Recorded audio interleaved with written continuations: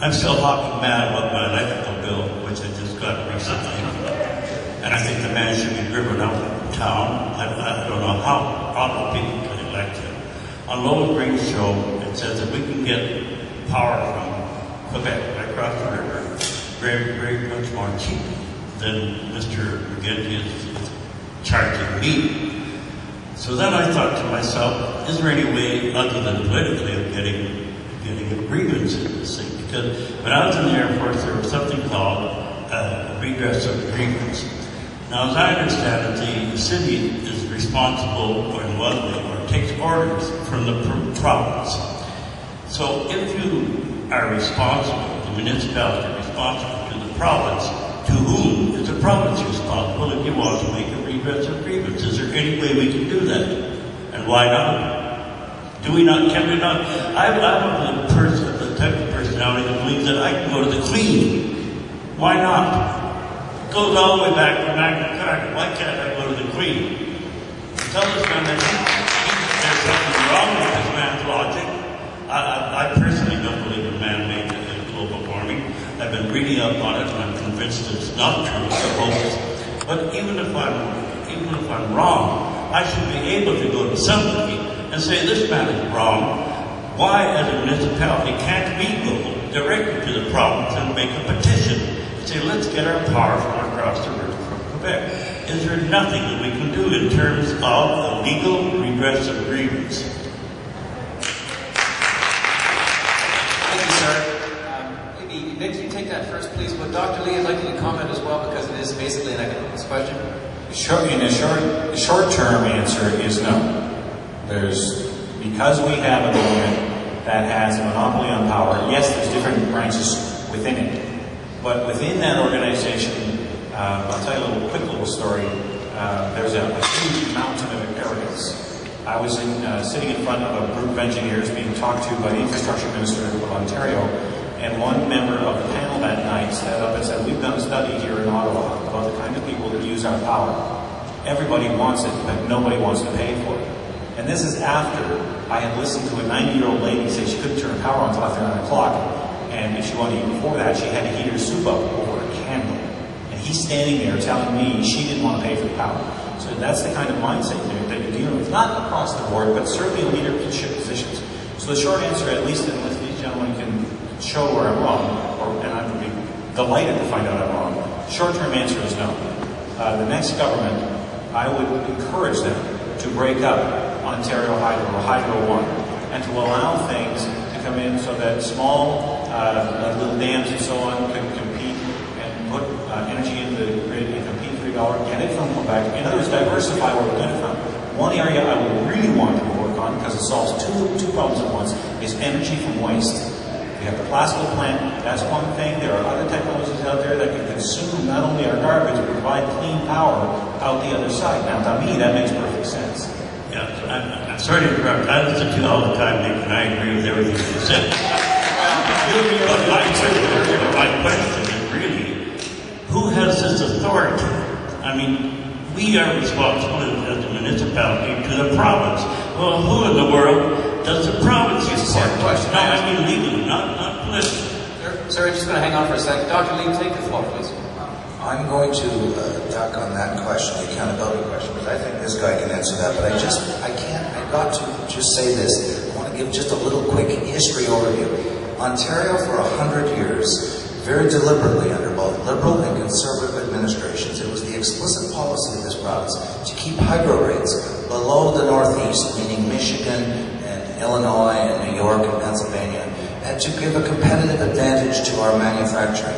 And we were very, very successful at providing cheap, efficient, clean energy through Ontario Hydro. And then starting under McGinty, unfortunately, he decided to introduce social engineering into the production of electricity by saying that we are going to subsidize wind and solar 10 times the market. Right now, just very quickly, the market price, all in blended, is about 8 cents a kilowatt hour. And we were paying 80 cents a kilowatt hour. But on top of that, Quebec is offering to sell us somewhere in the range of 3 to 4 cents a kilowatt hour, and we turned them down. And worse, we're producing a surplus right now, and we are paying American utilities to take our surplus off our hands. This is madness on steroids. This is nutty. This is Marxist economics. Sir, just 1 second. Bob, go ahead. The short answer to your question is who do you go to? It's the ballot box every 4 years in the provincial election, because the provincial premier, the provincial cabinet could do the sorts of review and that's needed at and to change the leadership and to change the program and orientation. Now, there's a problem certainly with the cost of alternative sources of hydro, and that's an issue we should look at. But I think that camouflages what I think is a more serious issue. And that is, the serious issue is the wages that are paid to the people who work for hydro. Ontario Power Generation has 8,000 workers. You know how many of the 8,000 workers make more than $100,000 a year? 6,000 of the 8,000 make over $100,000 a year. I'm aware of what you're saying, and I agree with you entirely, of course, because I've been listening. In fact, I'm reading an article of 30 pages from a guy called, I forget his name, but he's a professor from New Zealand. He's a climatologist, and he's showing all the fallacies of this hoax that is being perpetrated on us. But my question still goes back to the other question.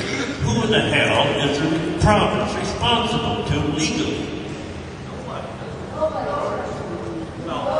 Look, I see Native people going up, we're going to see the great grandmother on the throne, and I feel like doing that. Sorry, Mr. Romano, I want to provide some comments as well to your question. The issue really is this: the independent electricity operator sets up what they call market rules, and then this is decided by the Ontario Energy Board. So there is a way.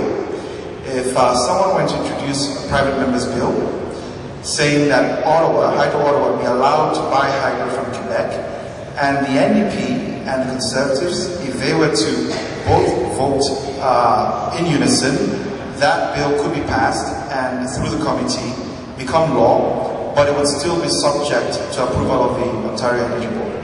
I looked that up under Redress Agreements Ontario, and I understand what you're saying. Anybody can make a petition, even show you the form on how you do this, to the legislature, as long as you can get an MPP to take the bill and make it up. And he gets 15 minutes to give that petition, and we could do everything in that petition that you're talking about right now.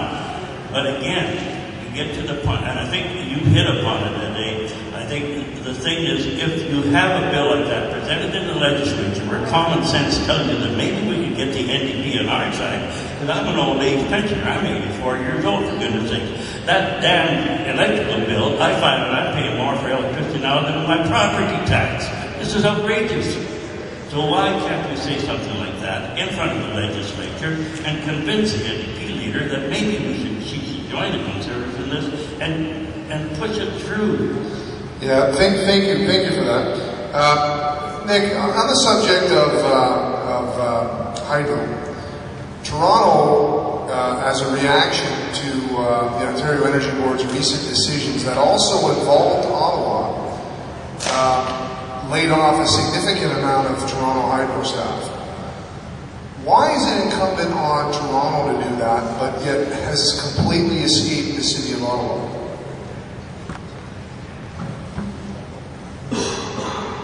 I don't know the answer to why it's escaped Ottawa, but and I don't know a lot about Toronto Hydro, but a little bit I do know is it provides a healthy dividend to the city of Toronto every year. These changes that have recently happened at a higher level could cost the city of Toronto another $33 to $45 million next year that they were expecting to get, that now they won't get, which increases the pressure, which increases taxes. And if the mayor can't get control of his council, you know what the lefties are going to do, right? You know one thing they know how to do, which is raise taxes. So I think some folks over at Toronto Hydro are busy trying to cut costs because they probably won't be sitting on that board much longer if they don't. That's the only power the mayor has left there. Thanks for that. Just one clarification to the gentleman who's over there. The city of Cornwall buys their hydro from Quebec. And state, it's the policy of the Progressive Conservatives of Ontario to allow municipalities to buy their hydro anywhere they want.